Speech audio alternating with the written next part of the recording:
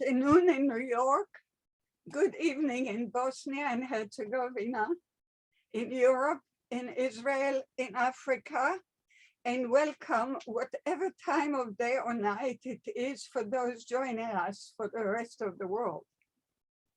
I'm Yael Danieli, founder and executive director of the International Center for the Study, Prevention, and Treatment of Multigenerational Legacies of Trauma, ICMGLT for short.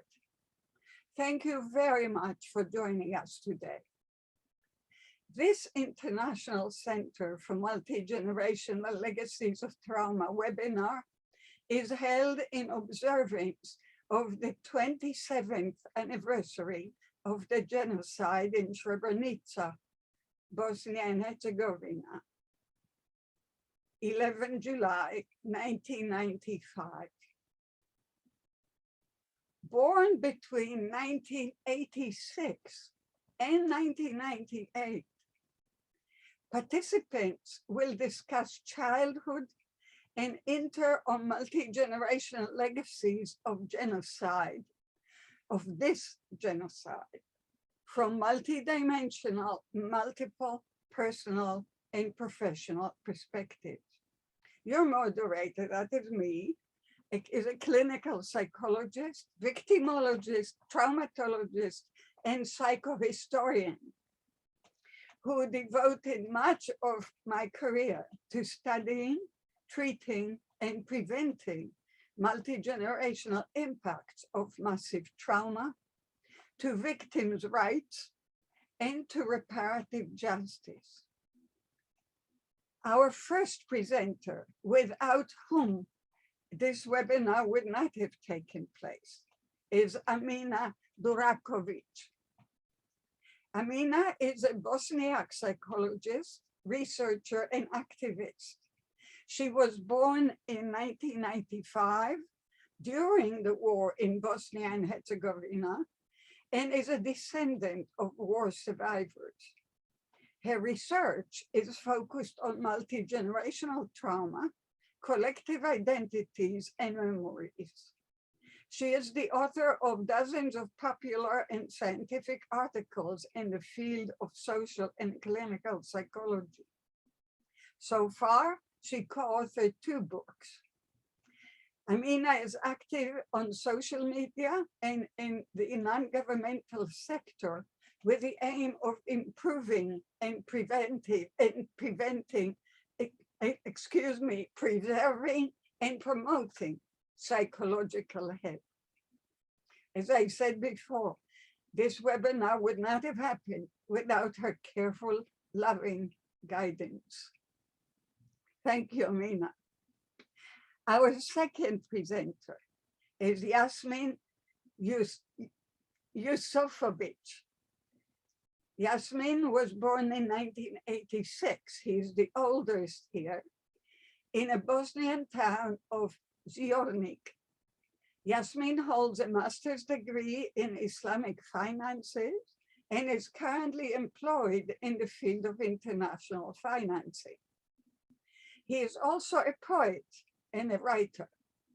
His book, which in English would read Red Jacket with Hood, is about his childhood in Srebrenica as a refugee and child genocide survivor, in which his father and many other members of his family were murdered. Translated into multiple languages, his poetry was performed in London and in Istanbul. Jasmin also uses his voice to fight genocide denial and help survivors in their quest for truth and justice. Our third, of course, the library of the International Center has his book. Our third presenter, Amina Jusufović, is president of the the Forgotten Children of War Association in Bosnia and Herzegovina. Amina is a young activist fighting for gender equality, against sexism and sexual violence, both nationally and internationally. Her primary focus is on legal and social recognition of children born out of war, which includes children born of rape, children born from forced marriage, peacekeepers' babies, and children whose fathers served in humanitarian organizations during and after the war. Aina is a member of the ICMGLT's Advisory Council, and we are building with her the working group of children born of rape for the center. Last but not least, our baby, Mirella Osmanovic, is today's fourth speaker. Having graduated law school at International University of Sarajevo, Mirella's first work experience was at Srebrenica Memorial Center. Currently, she's working at International University of Sarajevo as assistant to Student Affairs Office Manager. Mirella was born and raised in Sarajevo, but originated from Srebrenica. Talking about genocide in Srebrenica and spreading the truth of what happened in Bosnia and Herzegovina is not my job, but my obligation and mission.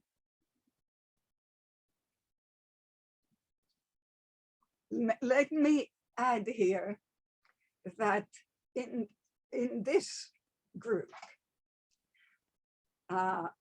I function also as the past leader and facilitator of a long-term project we held in Bosnia and Herzegovina, which the participants named "Democracy Cannot Be Built with the Hands of Broken Souls." And we can have many webinars just on what we learned in that. Now, each of the participants will speak for about 12 minutes. We will then have a discussion among them. I will then open the floor to discussion, question and answers, comments from the audience. And please, the audience, be kind enough to put all of your comments, questions, etc. in the chat room. The webinar will be, it's called for an hour and a half, but we often run over time. We'll try to keep to the time so everybody here is happy. Dear Amina, the screen is yours. Thank you very much, Dr. Danieli, for this wonderful introduction. Let me just share my screen. Okay.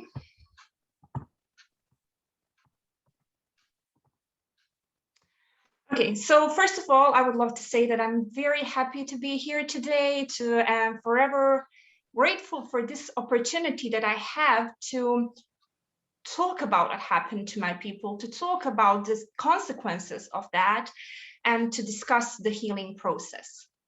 So I would love to begin with a story. This is a story of Mersid, this young boy from photo. He was almost 13 years old when a grenade fired from the position of Bosnian Serb army around Sarajevo fell in his front yard where he was playing and killed him on a spot. He died in his sister's arms, and that day his uncle was also wounded. A couple of days before he was killed, someone called his mother and asked, "Is this a slaughterhouse?" And when she said no, the voice said, "It will be." So Mersid is my cousin, his mother is my aunt, and his killing is one of the biggest wounds in our family. And but his story is just one in thousands and thousands of other children who were killed during the aggression against Bosnia and Herzegovina. And I know this is not a history class, and I'm not a historian, but I do believe that this that you cannot tell a story of a multi-generational trauma without talking about the history of that people. So I chose these two photos. There were so many photos, but some of them are more or less graphic, and I didn't want to disturb anyone or to trigger anyone here. So I choose these two photos.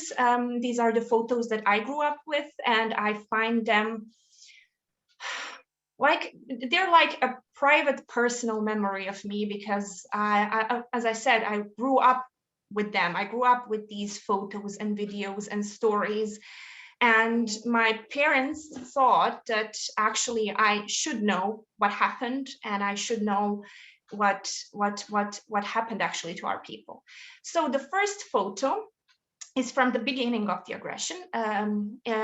It began in spring of 1992, and this photo is from summer of 1992. And you can see this man, his name is Fikret Alić, behind wires of the Trnopolje concentration camp held by Bosnian Serbs, who in a small town called Prijedor, Bosnian town. And this was a place of killings, torture, rape, beatings, and other forms of maltreatments for Bosniaks and other non-Serb population from that area. And this man actually lived to tell his story. And what is really interesting about this photo is that, as you can see, it was on a cover of a Times magazine. And nothing was done to stop this suffering.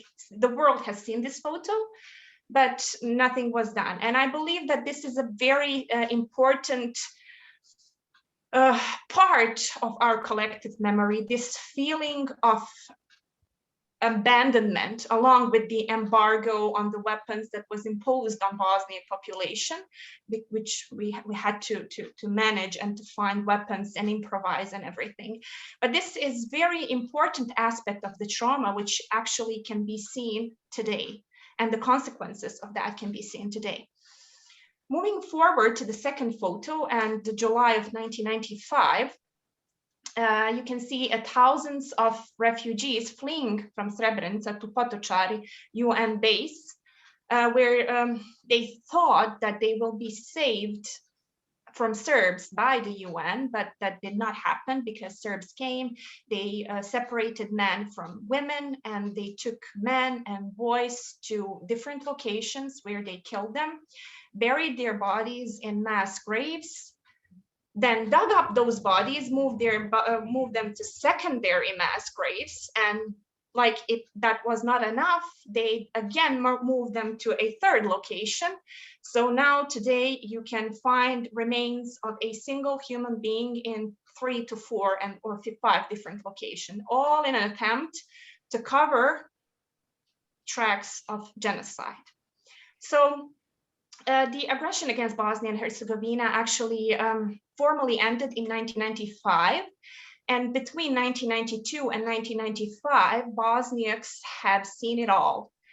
Mass killings, systematic rapes, rape camps, concentration camps, torture, persecution, displacement, destruction of cultural and religious heritage, the loss of lands, the loss of security. And you name the horror of the war, they've lived it. And either by the hand of Bosnian Serb army or by the hand of the Croatian Council of Defense and all the different paramilitias who flocked from different countries who came to kill Bosniaks.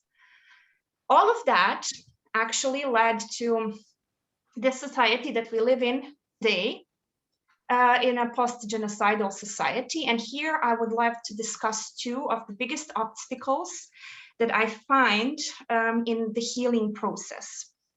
So first is a legacy of the multigenerational trauma and the trauma itself, and this is the learned helplessness, which can be seen on a national level in many different aspects of life. So for example, when you see these people and you see these good people who take participation in corruption, they give bribe to doctors and officers, and you police officers, and you ask them, why are you doing that? Why didn't you report the police officer or the doctor who asked for bribe? And then they would say, you know, that if I did, that wouldn't change anything. The system is like this. Everything is connected. I cannot change the system. Me as an individual, I cannot do anything. And this is the train of thoughts that is going on in their heads. And all of that is because of this learned helplessness, this feeling that whatever I do, it's not going to change the outcome. And you can imagine how big of an obstacle that is for healing and for change. The second obstacle is this genocide denial that we have by the genocide perpetrators and the re-traumatization that comes with it. So you have many different types of genocide denial here. For example, minimization. Okay, Srebrenica was a great tragedy. It was a massacre, but it was not a genocide. This, there's another way of denying is like putting it in this shiny paper of human rights. Okay, it was not Bosniaks who were killed, it was human beings who were killed. You know, all victims are the same, all sides are the same. And then you have these plain outright conspiracy theories where they say, where these nationalists and these genocide deniers who say, okay, Serbs did not kill Bosniaks. It was Bosniaks who killed Bosniaks in an attempt and blamed it on Serbs. It was, we are the greatest victims of this century being rigged, to say it like that. And then there's this very dangerous way of, not a denial, but there's this glorification. As we said, yes, we did commit genocide, and we are proud that we did it, and we would do it again, kill the Turks, you know. And then there's another type of genocide denial, which I call Schrodinger's Serb nationalist, which actually say, okay, it was a genocide. It was not a genocide, but we would do it again, you know. So at the same time, it is a genocide and it is not a genocide. So, and this all serves as a weapon of aggression against Bosniaks, even in the peacetime, because I said the aggression formally ended, and this is what I meant. It continued through propaganda, through history revision, through genocide denial, and through basically, to use this modern term, gaslighting on a national level. So they're trying to change the very fabric of someone's reality, of a victim's reality. They do not want to admit their suffering, their pain. They do not want to admit that the genocide happened. And as we know, there cannot be true reconciliation without this accepting and committing that the genocide was actually done in Bosnia, in Srebrenica. And to finish with the healing process, I believe that it is the task of my generation and the generation of my colleagues, because I think it's our responsibility that we stop this cycle of trauma, to stop this trauma from spreading to the next generation. And the healing process, I believe, should be done by us, for us, taking in consideration every cultural, religious, and social political aspect of our country, and implementing that in the healing techniques and healing processes and whatnot. I do believe that we should look for friends from the outside and for someone to support us. But I believe that the majority, or job should be, the majority of work should be done by us, and that no one is coming to save us and no one is coming to fight our battles, but we need to do it ourselves. And our generation is actually, I believe in it, I believe in us, and I believe that we can actually do it. Before I hand it over to my colleague, I would love to recommend some reads, because I didn't have much time to go through everything that happened, and a lot happened. So these are a couple of books that you can read if you're really interested in Bosnian history, and especially in the aggression against Bosnia and the genocide. So thank you very much for your time. Thank you, Amina. And all these books will be in our library, of course. And if you would be kind enough to put it in the chat for the participants. Okay. Thank you so much. Jasmin, please, the floor is yours. You have to unmute.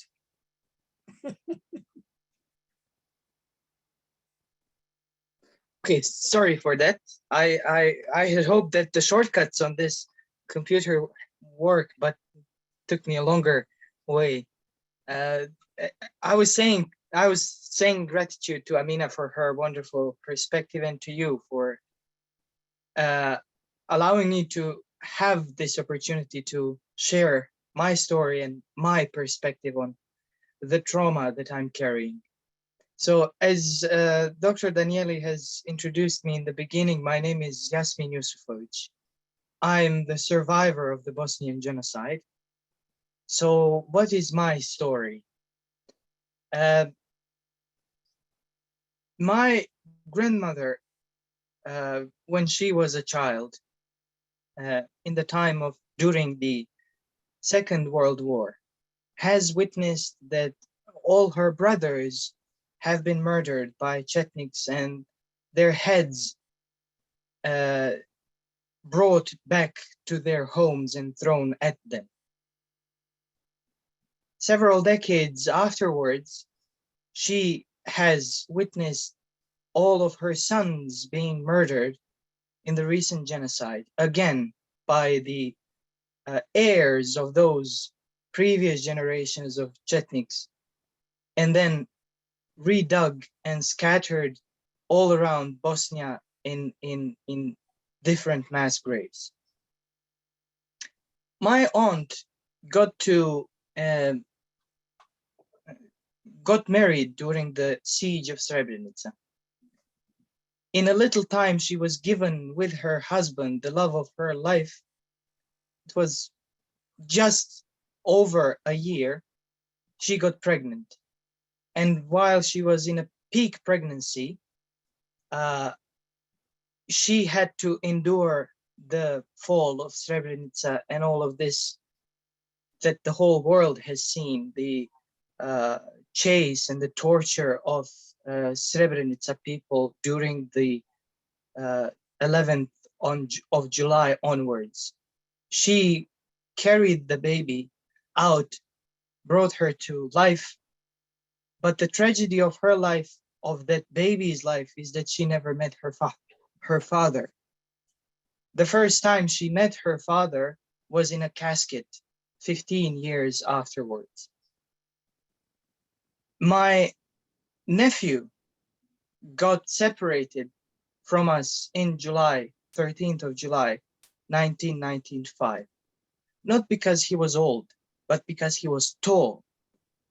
And I was lucky, quote unquote, lucky enough not to be separated, because until I was maybe 18, I was short. So he suffered through that trauma.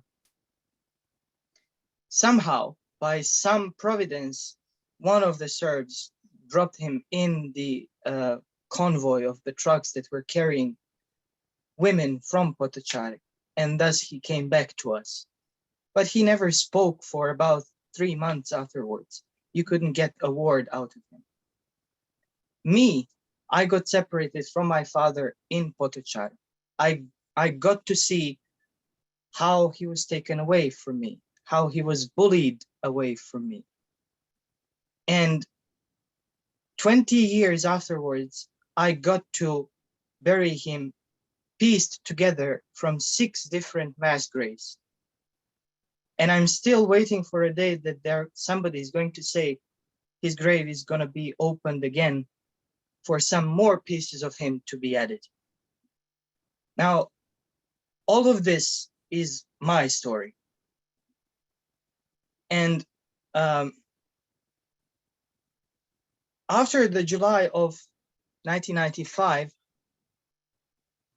actually, I got to live through that story when it was not at the age when it is not natural for a person to grasp the concepts of who is who, what identity means,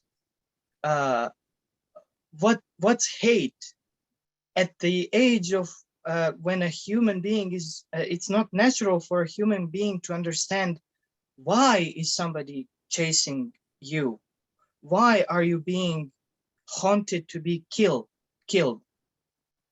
I was 6 years old 5 years old when the war started. And my memories were literally pushed into me. I was at the times when I recollect all those memories, I feel like I was a recording machine, that everything that I saw got permanently embedded in my mind, so that it would chase me afterwards during the nights in all my days and all my life. But the legacy that I had to make peace with the identity that I had to forcibly understand. In a sense, if they are chasing by day, I first had to understand who are they. Mhm, mhm. And it was literally forced upon me that those they are Serbs. And who is then us? That it is us Bosniaks, the Muslims. The bottom line identity why we are hated for was being Muslims. So I had to meet with all those identities through these terrible experiences and so many heavy questions, while still struggling to settle my own trauma and to live through the life that was coming at me after the war. And what was coming after me or at me was a life of unbelieving, disbelief. When I tell a story of how, as a child of 7, I've seen a human body burning like a log of wood, nobody would believe me. When I tell a story of how I buried my father from 6 different mass graves, nobody would comprehend that. And the life that was coming at me was posing these expectations of me, in a sense that first I had to explain, I had to tell the story, I had to make people believe the story, and then I had to justify my own actions. I'm speaking here of being expected to forgive, to talk to the so quote unquote them, while at the same time not giving me the right to set the terms of that reconciliation, to set the terms of that conversation back and forth. So ages passed on, my story continued. My grandmother was for decades waiting for her sons to be found. We lived in this blind hope that they might be alive somewhere, and she passed away. She didn't get to see at least the caskets of her sons. So I had to take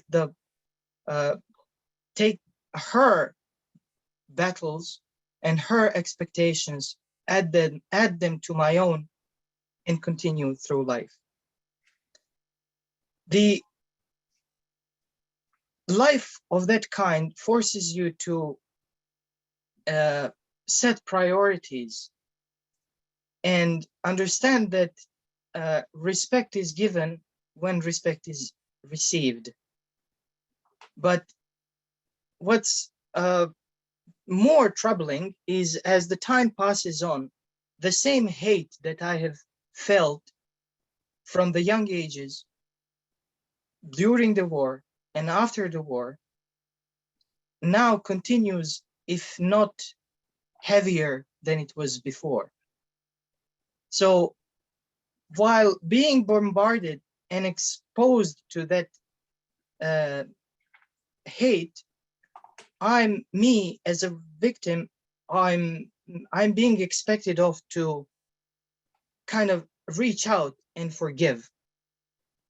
I don't believe that that's the proper or fair approach, because when you have generations that are being whose idea is being carried on by the heirs sharing the same value, you, while at the same time having to battle with your own ghosts, you wouldn't do fair to yourself to reach out first. However, reaching out should be understood as a possibility for those people, minority voices, that from the other side, quote unquote, who are trying to reach out. But also understand that the reach out must come at our own terms. What we are struggling with nowadays is genocide denial through hiding the information of the mass graves scattered around Serbia and Eastern Bosnia, everywhere. That's being hidden purposefully. That's not helping out the reconciliation, nor the aforementioned reaching out. We are faced with growing Islamophobia. That's not adding to reconciliation. We are facing the ideology that still lives in, and when the majority keeps it living, the trust there is very weak that something might change. So the reconciliation is, I'm settled on a thought that reconciliation is not my obligation. My obligation is for the generation that comes afterwards, my children. And God, thanks God, my family, extended family, has been blessed by so many children so far. So how do we tell our story without harming the innocence of a child? Now, I have an anecdote to tell. My mother and I were driving back to our home in Zvornik, and we passed through a village, predominantly Serb village. And to me, it appeared visually, it appeared very gloomy, very dark. I've seen people women wearing black, that being the mourning color of the Orthodox people. And I commented, just for the sake of conversation in the car, that, oh my God, they're all wearing black. It's so, gloomy. To which my mother responded, everybody has their own way of dealing with the sorrow. Respect that. Now, I accepted that as, yes, she's right, but everyone should respect my own sorrow as well. So going forward, for the fairer life, and to finally achieve that ideal of never again, I believe that we should abandon the blind love thy neighbor. The respect, and the respect has to be earned. The trust has to be earned back, but not by victims, but by people in whose name all the genocide and all the aggression had happened. Do I believe that it is possible? I believe it is possible, and really hoping to see one day that that is achieved. I believe I've passed my time. Yes. Thank you for this time slot, and hear you later on in the discussion session. Thank you so much, Jasmin. You promised me that you will be over time, so you kept your promise. I keep my promises. Thank you. Yes, so I was not about to stop you. Also, I believe everything you said complimented Amina's presentation so well that the audience has a fuller picture. We now move to another difficult one. Amina Jusufović. Amina, the floor is totally yours. Okay, thank you. Thank you. Hello, everyone. My name is Amina Jusufović. I'm from Bosnia and Herzegovina. I'm the member and the president of the Association Forgotten Children of War. Today, I will try to give you some details and some perspectives of the children born out of war in Bosnia and Herzegovina. And also, Jill mentioned that we here talk about children born out of rape. We talk about peacekeepers' babies, children born from the forced marriages, and also we talk about children whose father were the part of the humanitarian missions and organizations during the war and after the war. Just to maybe give some information, everything from my personal perspective, everything started with the fact that during the 1992, when my mother was 22, almost 22 years old, she survived a rape. She survived a rape without, still I cannot understand the reason, but still she survived, and now she's still facing and surviving some discrimination and stigmatization. But on the end of the day, with everything that she achieved, she's our Bosnian hero, I can tell. After she survived the rape, 6 months after that, she found out that she's pregnant. And then she decided to give a birth to the child, who is directly consequences of the most terrible and difficult and harder event in her life. And in those terms, I'm the member of the association as a child who is born out of wartime rape in Bosnia and Herzegovina, precisely child who is born out of the weapon of the war that was used during the aggression on Bosnia and Herzegovina.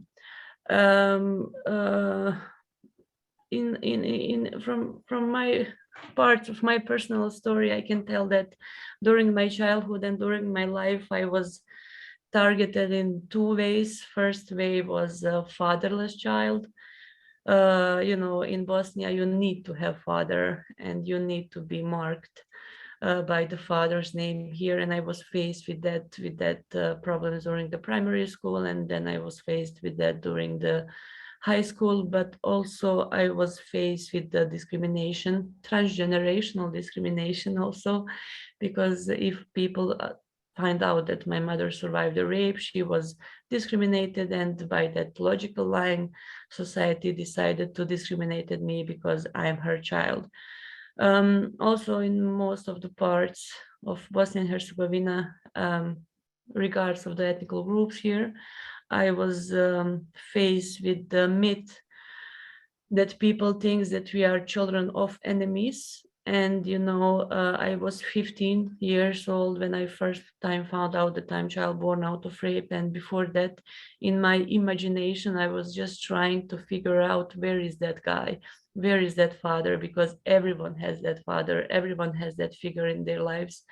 And, you know, unfortunately, after you hear Amina's presentation, Jasmin's presentation, you know, in my imagination was like, okay, maybe my father also were killed, or maybe he's died during the war, you know, because it's really, it's, you know, a regular answer in Bosnia is to say that your father was unfortunately killed during the war. And I had this fixed idea, like he is dead, he were killed, you know. In the age of 15, I didn't even know what is rape, how is to rape someone, and how that happened, where is the source of idea of rape someone, you know. And then with very young, I had to understand my part of identity, part of being born out of rape. And in that moment I was 15, and now I'm almost 29, and I still still don't have full idea how to explain the identity of being born out of rape. But the only thing that I can tell, that I'm not just born out of rape, I'm child of my mother. That's very, very important to tell, that I am her child, and I'm child of my stepfather, who is very good man. So in the idea of the association, we are, and with my personal story, when I was 15, I was all alone. I couldn't Google it on the internet, you know. I tried. I always find the information about survivors of rape. I find the information that we had 20 to 50,000 of survivors of rape in Bosnia and Herzegovina, you know. And I was trying to find how we call people who are born of that rape, where I can get any kind of help. Because, you know, in that moment, when I was young, maybe I didn't realize that I need strong psychological support, but I was just needed definition and existence of other children born out of rape anywhere. It's not important, it's Bosnia, it could be anywhere in the world. And unfortunately, in that moment, I didn't find too much stories. I just find some maybe small informations, but I didn't find anything that could be very helpful and useful for me. And in my case, it was very hard in those moments, because I realized that I cannot find anyone in Bosnia. And in the age of 15, I was like, oh my God, I am the only one. And now I finally can understand the reason why I always was like on the side in the school, why I didn't have so much friends during my childhood. And all of this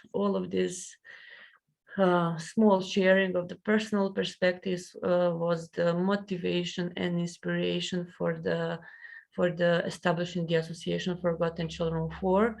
And also we are established thanks to Dr. Amra Delic. She is psychiatrist from Bosnia and Herzegovina and first researcher on the children born out of war in Bosnia and Herzegovina. She proved that we are here. She had, on the first time, she had 33 participants of that research, 11 of the born out of rape, 11 children of peacekeepers babies, and 11 of the humanitarian organization, very equal participation in the research.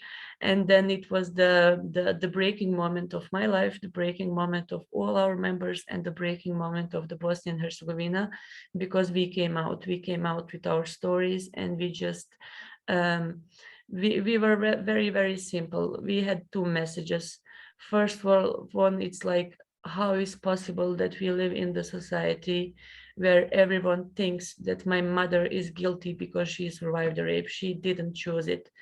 it was not option, you know, it was violence, and it was without any kind of option. And second question for everyone, for government, for the society, for universities, hospitals, everyone in this country was like, is it impossible, you know, that after we realize what is rape, is it impossible that we couldn't make a logical line that after the rape we can have some babies there, and those babies need some help, and we are not ashamed of the fact that we really need help in the terms of understanding the consequences of the rape, in the terms of the understanding identity. It's, you know, it's identity, but it's not full, and you don't want that part of identity, but it's still missing puzzle from your life picture. And I think it's very important to get a chance to understand that. So in everything in those terms, I will try now to give you more general perspective of the children born out of war and out of rape in Bosnia and Herzegovina, and what we are trying to achieve as association. As I said, children born out of rape in Bosnia faced with the problems in post-conflict societies, problems as a social and economical marginalization, family rejection, stigmatization, violence, physical violence in the schools, and this kind of problems. This has been mostly evidented in the cases of the children from Bosnia and Herzegovina and Rwanda, and we need to be aware of the fact it's not just about Bosnia, whereas we need to talk about Rwanda, Uganda, Myanmar, Syria. Now we need to talk about Ukraine because it's happening right now in this moment. Also, in the terms of the children born out of children who are convinced through the rape and the sexual abuse, we need to be aware of the fact that these children are the most vulnerable part of the population affected by the war, insecure and suffer through violence.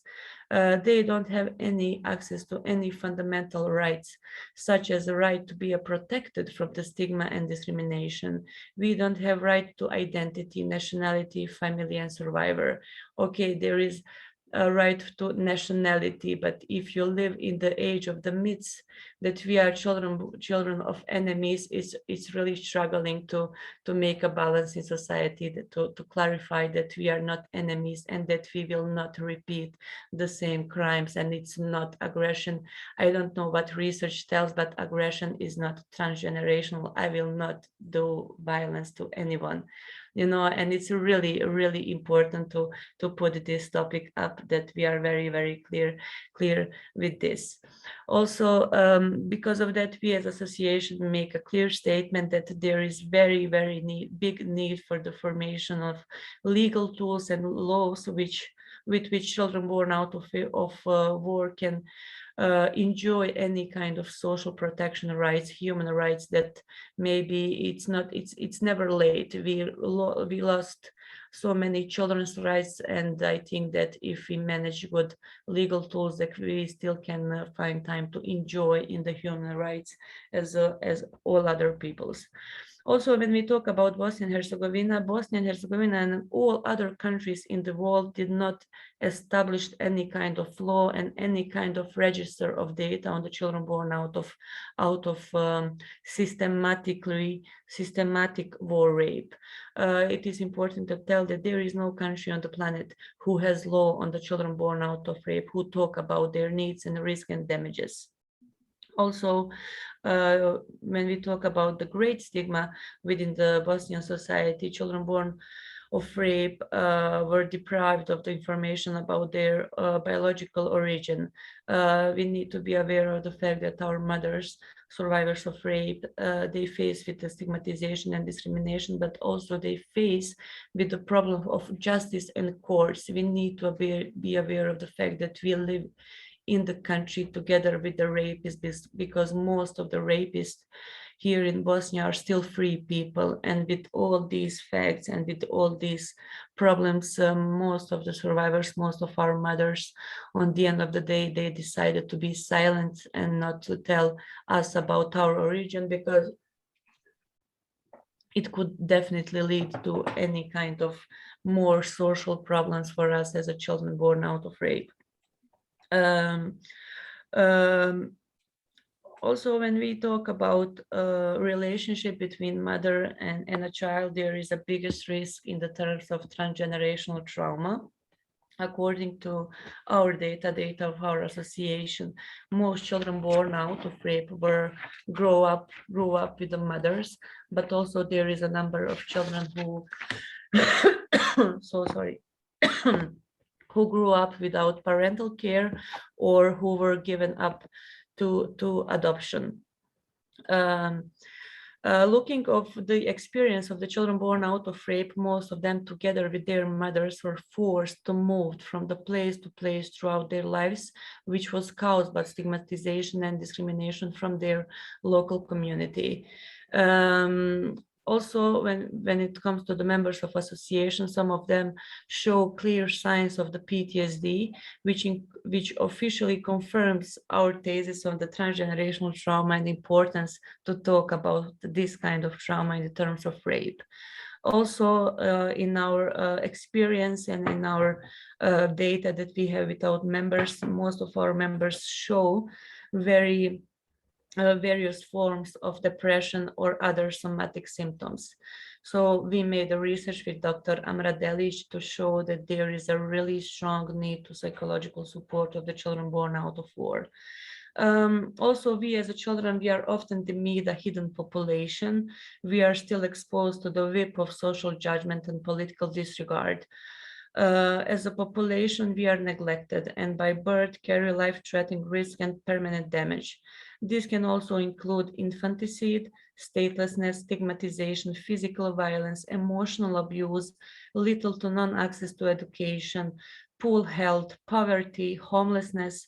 Also in the cases of Uganda, we can talk about risk to becoming a part of the armed or criminal activities, and there is an increased risk of radicalization in terms of the children born out of war. All the forms of stigmatization and discrimination that children born out of war survived in society have led to the fact that many of them today have difficulties with the self-confidence and making friendly or emotional connections. Continuous discrimination against children is directly correlated with their satisfaction with the quality of life.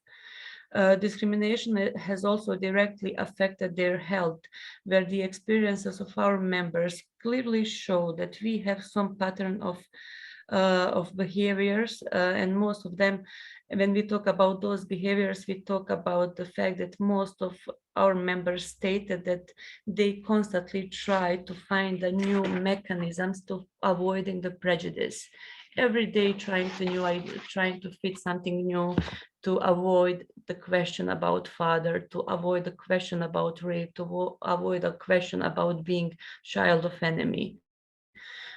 Also, we are trying to find some mechanisms to avoid this kind of situation. And also, if our research showed that if we don't find the best mechanisms to coping with this problem, most of the children make a decision to go into the self-isolation, because sometimes for the children it's easier to be there alone because there is not much space for understanding into society, especially when we talk in the terms of Bosnia, we talk about 25 years of complete invisibility. There is no just one letter anywhere in our institution that talks about our rights. So from all these perspectives, from all of our association, we equally believe that the only recipe and adequate mechanism for the combating discrimination is actually breaking the silence with our voices. As long as we are silent, we really created a space for stigmatization and discrimination. And also in the terms of breaking the silence, I, as a child born out of sexual abuse, I feel responsibility. I feel responsibility to share this. You know, I cannot stop the wars, but I feel responsibility to tell what I survived, what are the problems that I face with every single day.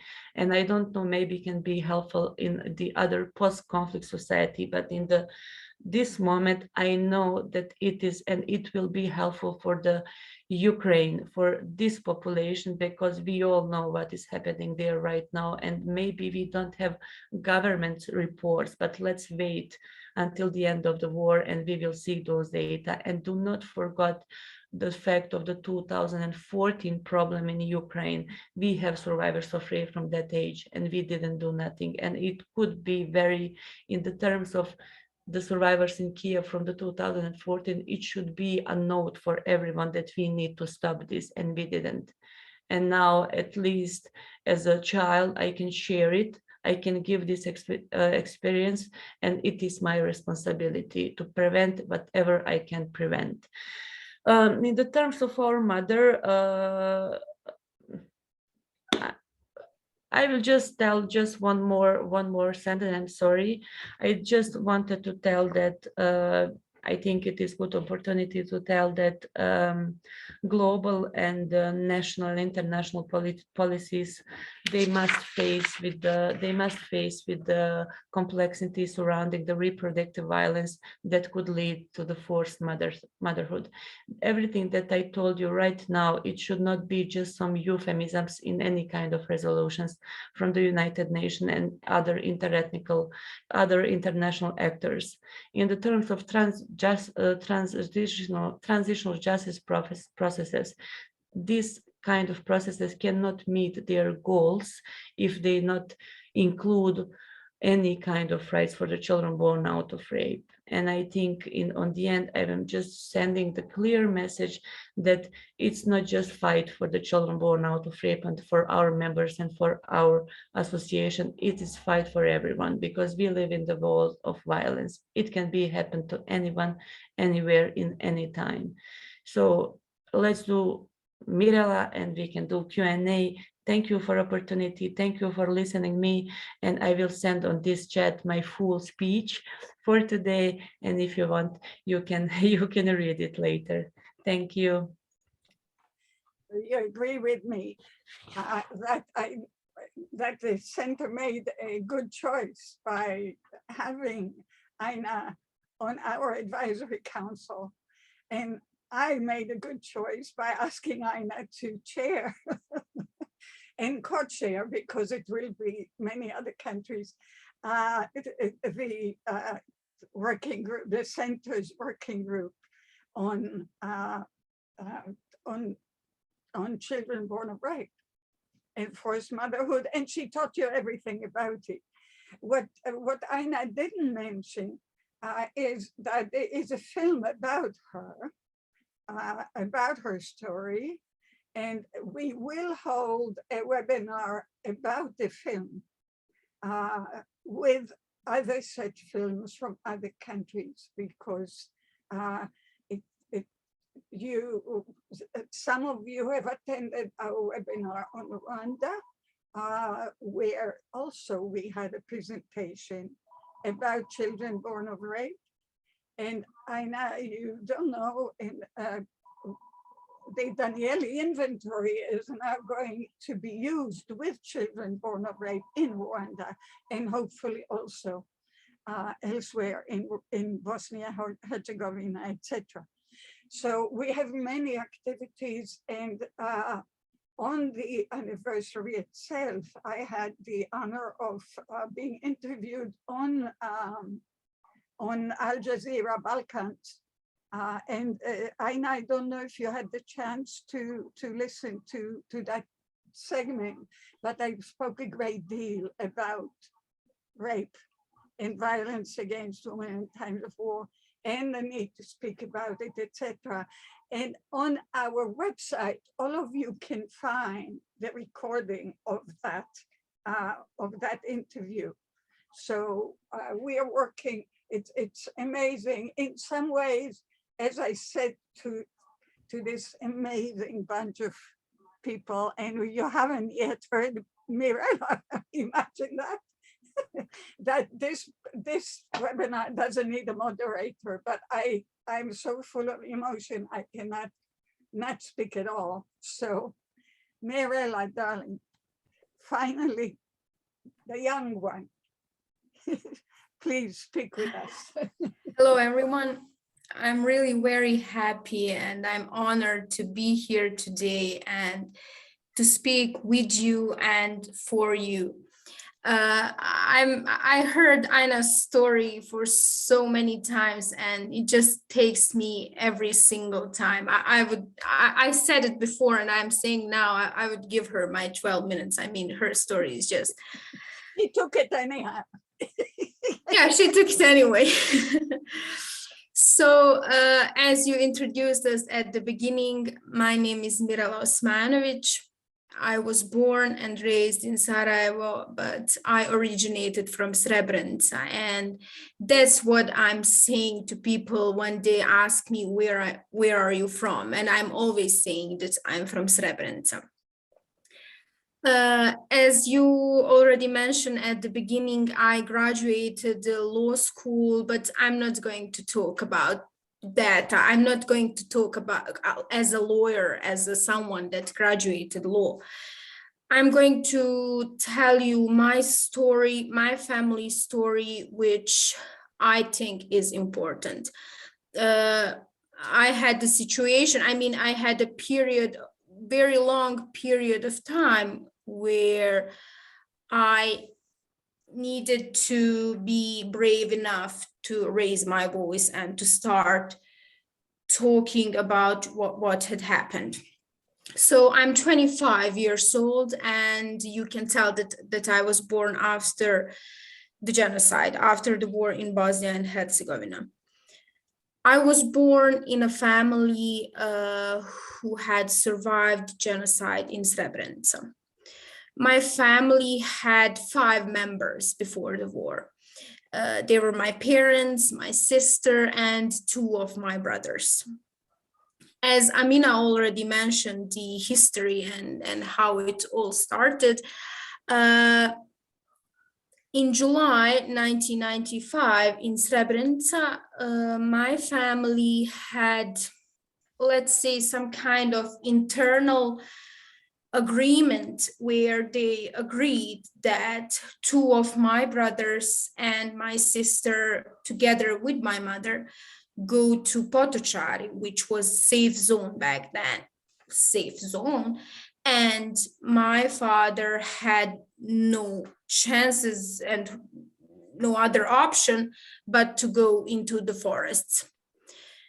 They were sure that they were in the safe hands in Potocari because, that was what UN promised them, that was what was told. My brothers were 15 and 17 years old. In July 1995, they were separated from my mother and they were transferred on one of the execution places near Srebrenica, where they were brutally killed. They were executed. My mother, together with my older sister, they were evacuated by buses from Potocari to Tuzla, and they had absolutely no information about my father, nor the father had the information about them. After 60 days in the forests, in the mountains, living basically on the edge, my father used to say that they lived as an animals, having absolutely nothing, hiding. And when I'm saying in the caves, I really mean it. So those were basically the caves. They managed somehow to come to the safe territory. And when I say they, I mean the group of the people which were with my father, my uncle, and they were a group of 20 people, I think. And when they managed to cross to the safe territory, the informations that welcomed them were not good at all. That was not something that they expected. And that was the first phase of our post-genocide life. The first phase was the acceptance of what had happened.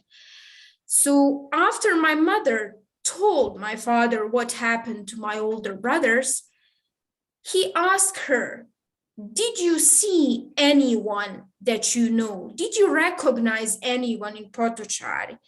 Were there any Serb neighbors there? And I don't know if you are going to be surprised or not, but she said few names. Imagine that she saw someone that she knew, that people that used to live together, doing terrific things. They were neighbors. As I mentioned at the beginning, the phase of acceptance in our case lasted very long. It lasted until the moment we buried them. So it lasted until the moment when we found their bones. My father did not accept the fact that their sons were brutally killed, that someone killed them just because they were Muslims, they were Bosniaks. He couldn't believe that human being can commit such a crime, genocide. He couldn't believe that someone took all of these boys, men, raped women. So he couldn't believe that human being can do that for no reason, just because they were Muslims and they were Bosniaks.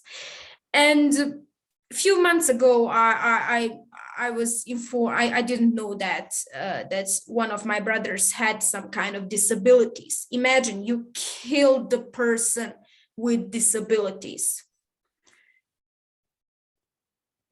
So in the period of acceptance, my father was trying basically everything to find them. And that's something that I wanted to point out, that he was never searching for his children dead. He never searched for the bones. He was looking for them, but alive. He visited several places in Serbia, and to be clear, that was 1 or 2 years after the war. So imagine visiting Serbia in 1998. Imagine how brave he was. Imagine what parent can do. I mean, that is something, that is the strength that you cannot describe. He was convinced that some of the missing persons were alive. When he went to Serbia for the second time, he was told by one farmer guide that not one Muslim from the other side of the Drina River was spared. But he never stopped searching for them until the moment when ICMP called and said they found the bones. And as Jasmin already mentioned, for his father, my brothers were found in third mass graves. Imagine one body in three places. And that was the moment where hope ended. I mean, after that, there was no hope that they will come from somewhere. And to be honest, my mother always looked for them. She always somehow hoped that someone will call, say, hey, they survived somehow. The second phase in which my family is the parenting challenges with the children born after the war. In our situation, in our family, that was me. I did not understand back then, but now I think now I do. We never talked in a family about the details, what happened. And that is kind of problem in our families here, generally in Bosnia. We do not talk as much as we should. And to be honest, for so long period of time, I had no idea what my family went through. I did know the general things, but I did not know the details. And I do not know even now what my mother survived, because she never, absolutely never talked about that. And sometimes I think that only father and her, only they know what happened and that details. For so long time, I didn't know why we were not listening to music. Why is my mother hiding the laugh? She never laughed from the heart for very, very long period of time. And as Jasmin already mentioned, I always question myself, who are they? Who are they who killed us? Who are they who ruined our family? I never choose to live in a family where you are, I mean, everyone is sad, everyone had something in their hearts and never, I mean, they cannot let it go. With all of that, we were living in a society that, to be honest, do not accept you.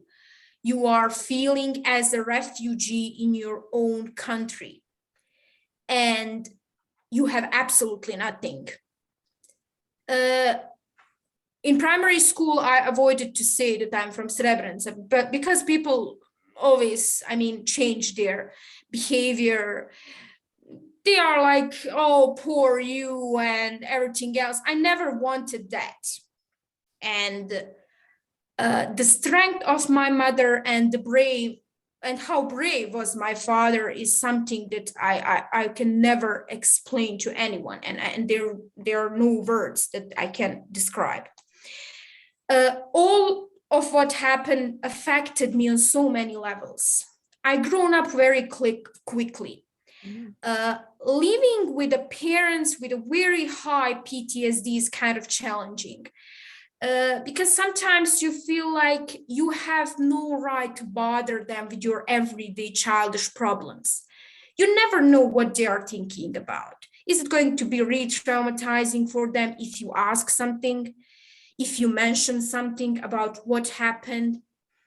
And in our household, we never had the photos of my brothers on the visible places. Mama just couldn't do that.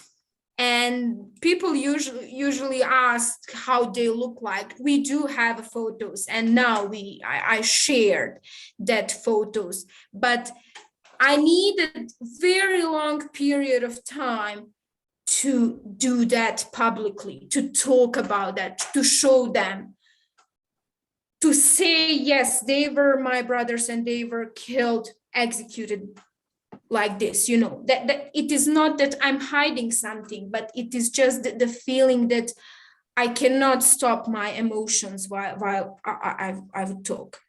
So the moment where I decided to talk, to raise my voice, was when I graduated. And when I figured out that if I don't talk about what had happened to my family, who will? Mm-hmm. I mean, we are witnesses of everyday denial of what happened. And as much as, I mean, it was hard for me to talk in a public, I could not let happen that someone is denying what my mother, what my father, what my sister, what my uncle, what they survived. And the stage of the genocide in which we are currently is victimizing me, the second generation, and I will not let that happen. I could not just sit and do nothing. And Srebrenica is the starting point of every talk on the future of our country and the region. And I think if we do not talk to each other, if we don't respect the victims, if we glorify the war criminals into heroes, then our children and generation have no chance. However, if we make a step forward, we can change the course of history, and that would be the only way to prevent Srebrenica ever happening again. Thank you, Yale. I hope I did that in the 12 minutes, actually 14. I'm sorry for 2 minutes extra, but thank you so much. I'm sorry to always have to remind you to limit yourself, because the truth is each one of you can use hours. We all know that. Thank you. You all have what to share and to teach. Thank you. We, in a funny way, we have an impossible task by our own choosing. Not only because of the experience, the horrible experiences you shared, but each one of you has a whole world to teach, to share. And you have my deepest respect. And thank you, Dr. Danieli. If you allow me for a moment. Yes, absolutely. This is actually the time for you to speak with each other. So go ahead, Jasmin. You took the floor. Go ahead. I was following the chat box here, and one of our participants asked a good question. It's Mr. Jacques. Yes. Bart. He always asks good questions. If you don't mind, I would like to add on it. Sure. The responsibility of Netherlands has been proven in two court processes. One individual court process by Hassan Nuhanovic. Would you just repeat Jacques' question so the audience? Yes, Jacques' question was, do you think the Netherlands has a special responsibility for Srebrenica? And if so, what should happen? Now, the responsibility was proven in two separate court cases. One individual court case, Hassan Nuhanovic versus the state of Netherlands. And another one, a joint court case with the survivors of the genocide who were in the camp in Potocari against the state of Netherlands. Would you do me a favor, Jasmin? I'm sorry to interrupt, but some people in the audience may not know what role the Netherlands. Yes, I was coming to it. So would you specify? Yes. Yes. If there's only one person who doesn't know, I want you to teach them. Go ahead. Yes, of course. So the responsibility was proven on the fact that they were taking part in the UN operation for assigned to protect the safe zone of Srebrenica, who was proclaimed in 1993. So they were stationed there in Potocari. And when the Mladić's forces overtook Srebrenica, they, instead of safeguarding the people who were trapped in the base in Potocari, they literally handed them over to Serbian forces, and thus many more, if you could so stretch the comparison, many more people have been killed, and the rape had happened because the forces of the Netherlands battalion have been blind to chose to stay blind and numb to what was happening, and chose not to take responsibility for it. But what I would like to add on it, we as a victims have a difficulty. We are facing a difficulty that there is an organization which is far more responsible for the genocide in Srebrenica, but you cannot legally chase them. It's the United Nations. So United Nations were the organization that had taken the responsibility of keeping the people trapped in Srebrenica safe. And demilitarization was supposed to, demilitarization meaning that the guns and heavy armor have been taken from both parts involved in the conflict. But the United States had, United Nations did it one side. because the Bosniak side, the Muslims trapped in the Srebrenica, they were disarmed. Their defenses were literally cut out, and they were not allowed to receive any military aid from deep from the country, from Sarajevo, etc. But we as a victims cannot do anything about it. To United Nations, Netherlands became like a you know, slaughtering lamb, as if to say, okay, somebody had failed, but it was not United Nations. United Nations after Srebrenica has shown that it keeps failing on the mission that it is set upon to achieve, which is peacekeeping.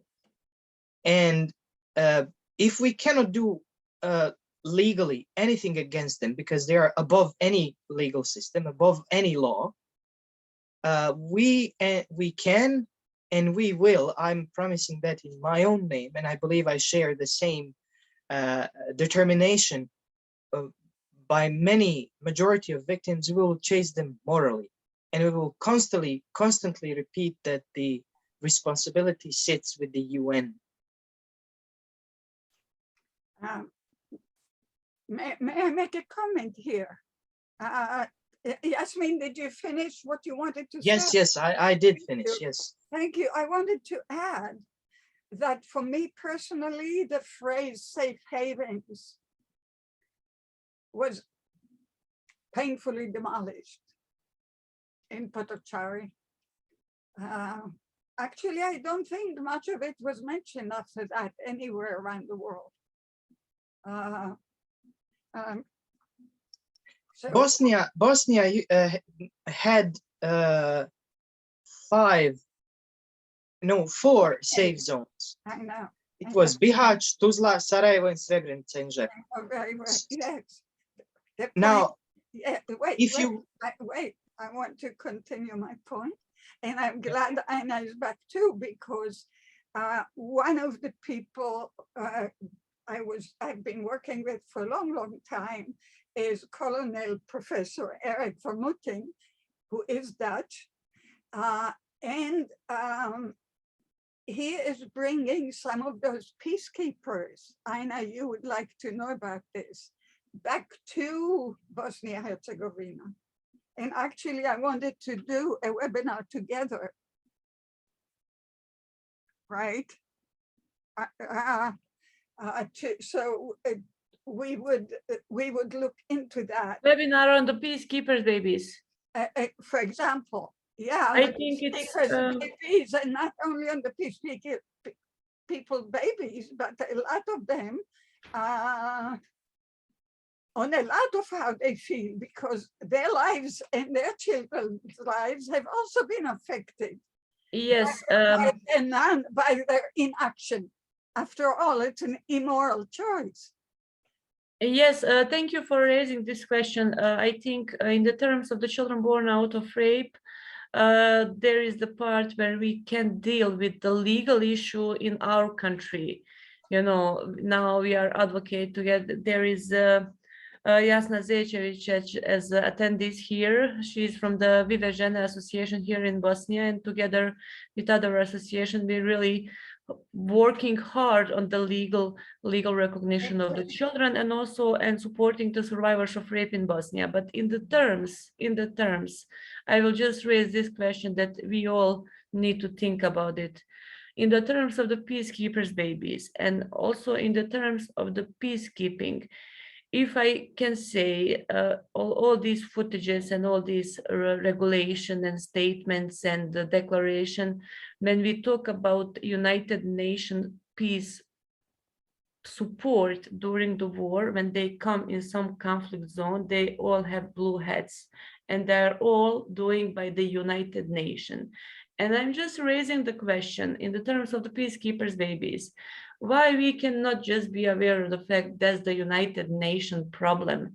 You cannot give us argument that it is a problem of each country that is a part of the United Nations.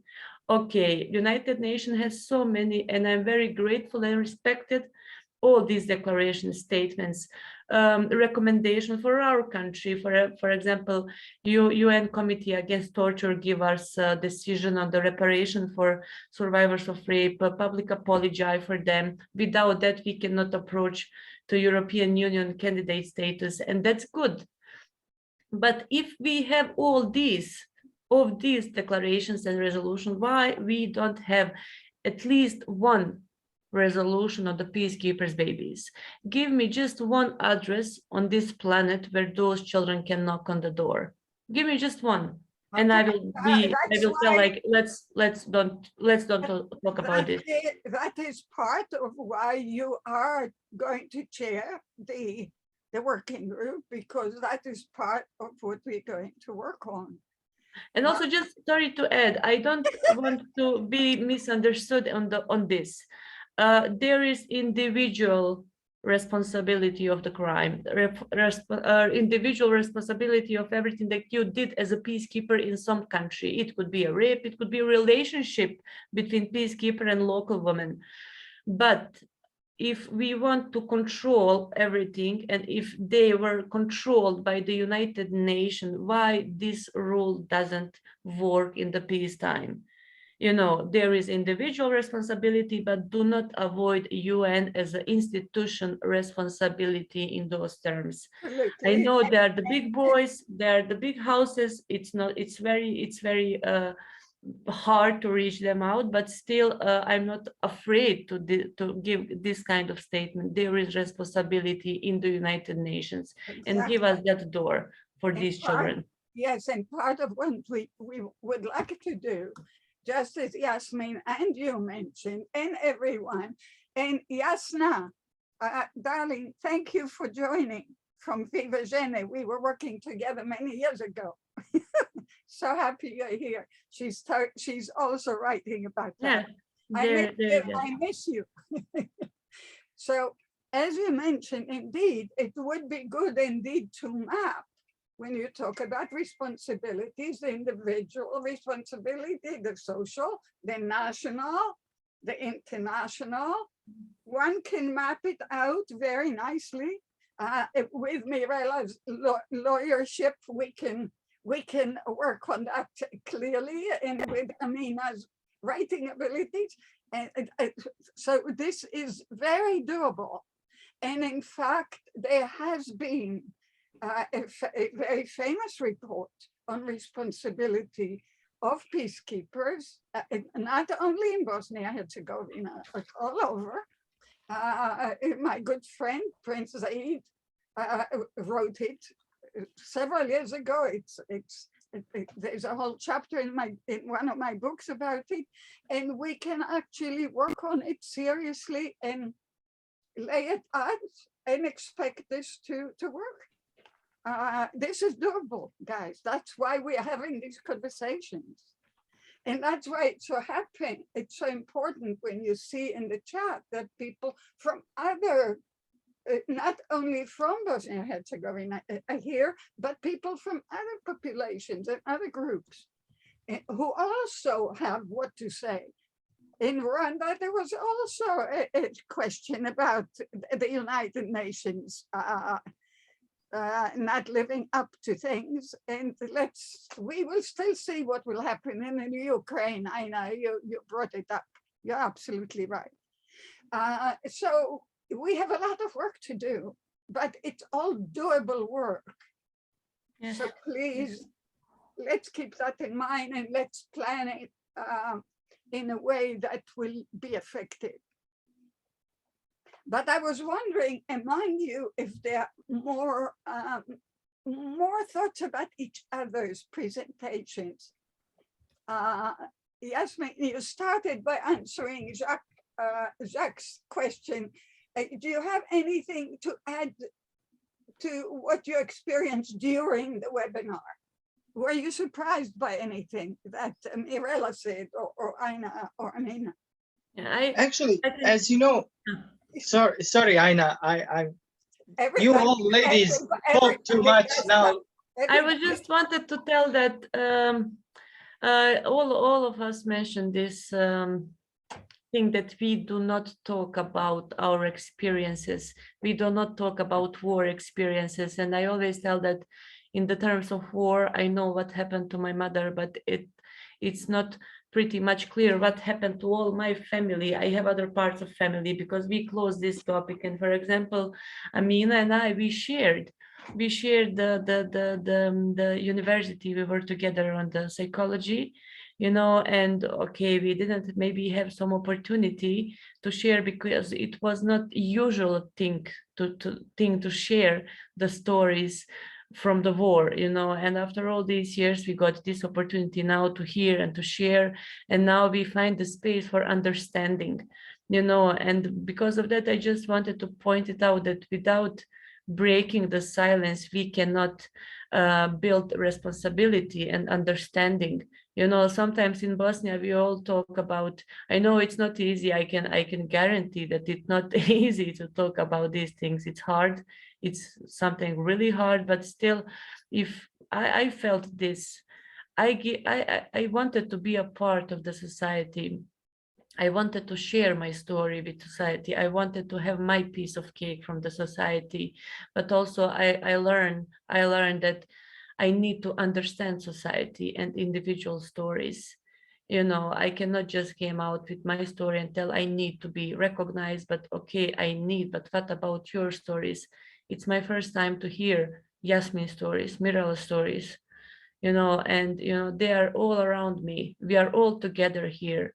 And sometimes we need to find that strength inside of us to put this on the table, you know, because anytime when we are aware that there is nothing to be ashamed, and when you are on the side of justice and prevention of those things, I think that we need to talk.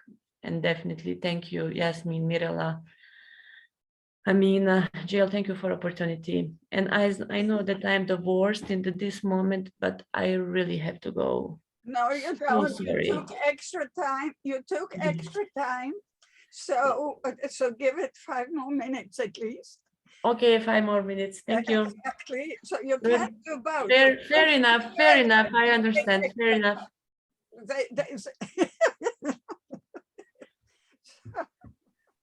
We will continue, as everyone sees, we will have other webinars, even with just these, you know, the 4 of you, because there's so much more to discuss. But is there anything in each other's presentations that you'd like to comment on? Well, I actually picked up so many things from all 3 of my friends here. I particularly liked, if we may say in the context of this presentation, Amina's coined word, the Schrödinger's Serb national. And I believe that that must go into the vocabulary because it literally depicts the situation here. Yes, but it is not. And it continues on what I've been saying. It kind of throws the expectation onto the victims, as in to prove again and again and yet again of what they are talking, prove the truth that they are carrying. Mm-hmm. What struck me the most, the poet in me, was Mirella's story of how the power of the language. Mm-hmm. She has brothers without ever having a chance to live that brother-sister connection. And it reminded me of the day after the funeral, which is yesterday. I went to visit the cemetery in Potocari, and one older lady said, as she was passing in front of me, she said, "I was with my sons."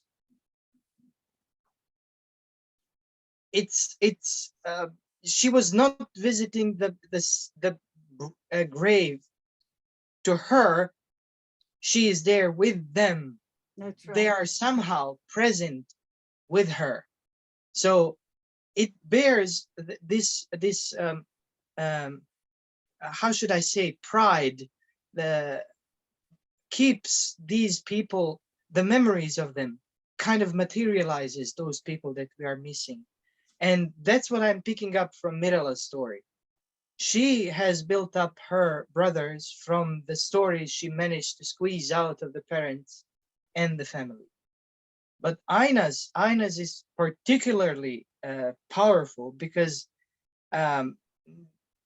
not the taboos that we were fighting were uncomparable with the taboos that she had to face, and to be the how should I say, pioneer in raising this kind of voice on this perspective that she's carrying. And what I particularly like is her comment of how this whole society is violent, as in the culture of violence still is living, and possibly that's the core cause of history repeating itself in the worst possible manner. Yeah. So I really loved sharing this panel with all of you, and I'm grateful for this opportunity eternally. And I don't If know. I may. I think you don't only may, it's your fault that we're here. Yes. Okay, so there is something about Jasmin's story, particularly the beginning of it, which is really important. And I wanted to talk about it, but then I changed my mind. I had so many things to talk about, but there's this, we need to talk, and not only about the legacy of the trauma of the aggression. We need to talk about the trauma of the First World War and Second World War, because especially in this context, because I believe that Bosniaks as people, and I believe many other countries, have been traumatized for the last century, complete century filled with trauma. From World War I to World War II to the aggression against Bosnia and Herzegovina. You have my grandfather, he lived through 2 wars, you know, to someone that is unimaginable, but he was born in, I think he was he was a baby during this the Second World War, I'm so sorry. And as I grew up, I also listened to the stories, the horror stories from the Second World War and the slaughters and the bloody river Drina, which was filled with blood, so much blood from the slaughtered people. People were slaughtered on the bridges. And these are the stories that I also grew up with. And these are the stories my parents grew up. And then they have lived through the another aggression, another war, and then we are kind of like the trauma is stacked upon one another, and it was never dealt with, especially during the communist Yugoslavia, where the genocide against Muslims were something that was not talked about, you know. No talking about it, just push it like nothing happened, because many of those who perpetrated that genocide, they changed the uniforms. They changed from Serbian Royal Army to partisan army, and then they received the highest orders of bravery. You know, these are the things that happened here. And I believe that the Jasmin actually started a very broad and very important topic. Yes, so the First World War, Second World War, and then the aggression, all in 1 century, all in 100 years. And that trauma has to go somewhere. And I believe we have to deal with the 40s as well as the 90s. I think this is extremely important. When I was writing my notes while you were speaking, you know, my first visit to the Balkans was in 1985. It was a world meeting of the World Society of Victimology in Zagreb. And I was one of the keynotes. And I spoke about multi-generational legacies of trauma. And I said, this is 1985. I said, look, the silence after World War II, augmented by communism, right? Because everybody was a victim, so you weren't allowed to talk about each group. So it wasn't just silence about trauma, but it was the political system. So I said, if you don't talk about it, if you don't pay attention, you're going to have another war. And it's one of the times in my life that I was heartbroken to be right. Okay, now, Amina, you're totally right. Our regions, I mean, the whole world really is multi-generational ground of horribleness in many ways. With all the progress and the beauty, each country has a load. But the Balkan region, yes, World War I, World War II, then, of course, on and on. I also want one of my closest friends who was actually killed in Iraq, Elizabeth Newfer, was responsible for Eastern Europe during that war. And she wrote a book called The Key to My Friend's House about the Balkan War. So it is in our library, and I'm going to put it also in the chat.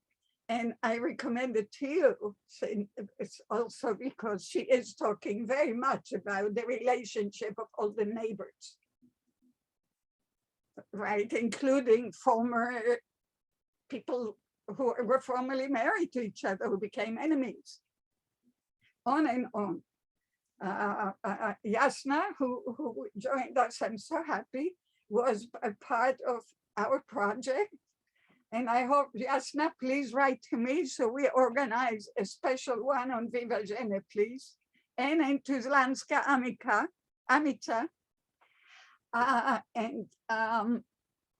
We have a lot more work to do.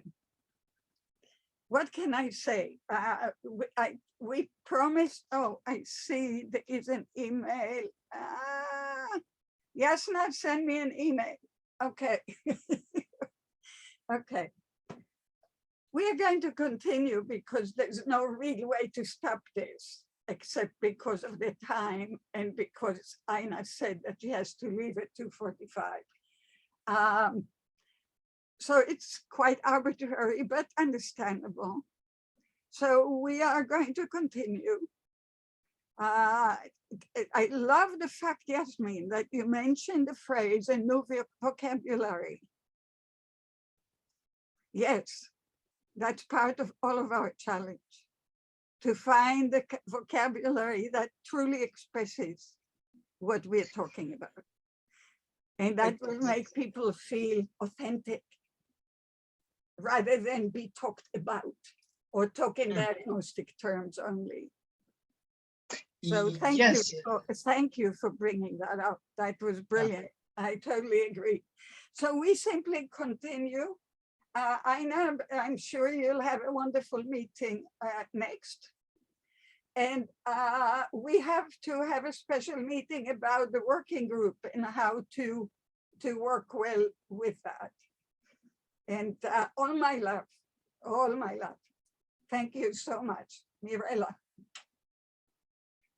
Amina, thank you again. Jasmin, Aina. Thank you. Okay. You are all most welcome, and we will continue working together. Yes. Take care. Yeah, thanks to everyone for their time, especially the audience and all of you wonderful people who told their stories. And thank you for listening. Thank you for working with me. Thank you for just going along with me. And thank you very much. We will continue. Yes. Bye. Bye. And Bye-bye. Bye. And you say hvala ti draga.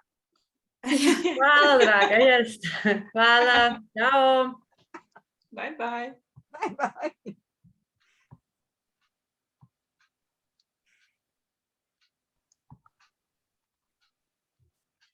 Bye bye.